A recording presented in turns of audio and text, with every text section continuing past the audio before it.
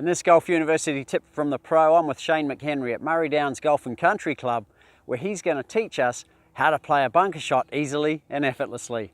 But before we start, remember to subscribe and hit the bell icon below so that I can notify you every time a new episode is released. Plus, at the end of this video, I'm going to teach you how to lose 4 shots or more from your handicap in 3 months or less. But before I do, let's find out how to play a bunker shot. This tip from the pro brought to you by Golf University, the world's premier golf improvement program. Here we are, we're in the greenside bunker. So what's a good technique to get out of the bunker? What's a good technique to get out of the bunker and get the ball close? That's the idea, right? So you ever heard the bunker's the easiest shot in golf because you don't have to actually hit the ball, you have to actually hit the sand first.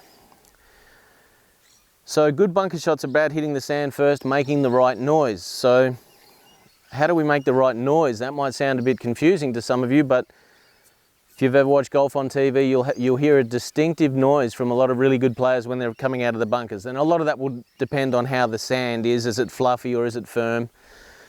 But generally speaking, we want a good noise. Now, to make a good noise, we have to hit the bottom part of the club, which is called the bounce, or towards the back part of the club, which is the bounce.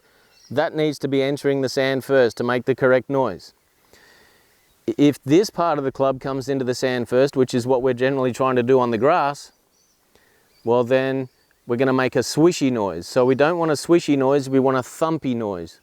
So how do we make a thumpy noise? So before we even talk about what part of the sand we want to hit and how we're going to stand and where the ball's going to be positioned, let's look at the right noise. So if the club face is square or straight and the leading edge digs in too quickly, we're going to hear a swish, a swish.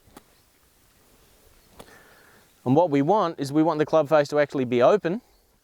In this case, the ball's not buried, so we want to have an open club face. And we want to make a thumping noise.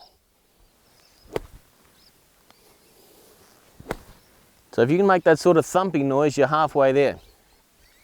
So how do we set up to it? What do we do? Where does the ball get positioned and how do we stand? So generally speaking, and this is my opinion, is that we always want to have a low center of gravity with bunker shots. So we don't want to be standing in up tall. We want to be low and have our hands positioned down low. So you can see a difference there in hand position.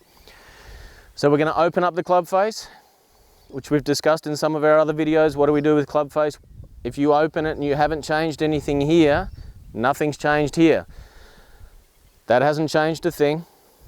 We have to twist the club in our fingers first, then reset our grip, pretending like the club's normal and square, but it's not, it's open now. And to set up to the ball, we certainly want a nice sturdy base. So anytime we're on loose sand, we want to be sturdy, and we're allowed to do that. We're going to position ourselves further away from the ball than we normally would be. So I'd normally, if I was on grass right now, I'd like to be here. But because we want to get lower and get bouncy, we want to be a little bit further away from it. We want the ball left of the center, left of your sternum or left of your middle of your feet. A nice open club face. Weight a little bit into that left knee if your left knee can handle it. If not, just try and do your best to get onto your left side. Stay on your left side. One of the most common mistakes we see in bunker shots are people trying to help the ball up in the air. That's a disaster because you're going to end up bottoming out well before your time and well before you're due. Ideally, we want to hit somewhere between 5 centimeters to, let's say, an inch behind the ball. And if you can throw some sand onto the green or onto, let's say in this instance here, onto the grass, well then there's going to be enough energy for the ball to get thrown out onto the green. So here we go, we're going to try and demonstrate a bunker shot here. We're going to wriggle our feet, ball slightly left. Now I've heard this before, people say open stance in bunker shots. You don't really need to be open, you just need to be parallel left. You could argue that that's open. That means your feet line is parallel but left of your target. So we're digging our feet in, the club face is open. We're not holding the thing too tight because the thing's not buried. A little bit of weight into that left side. Now we're trying to make a thumping noise.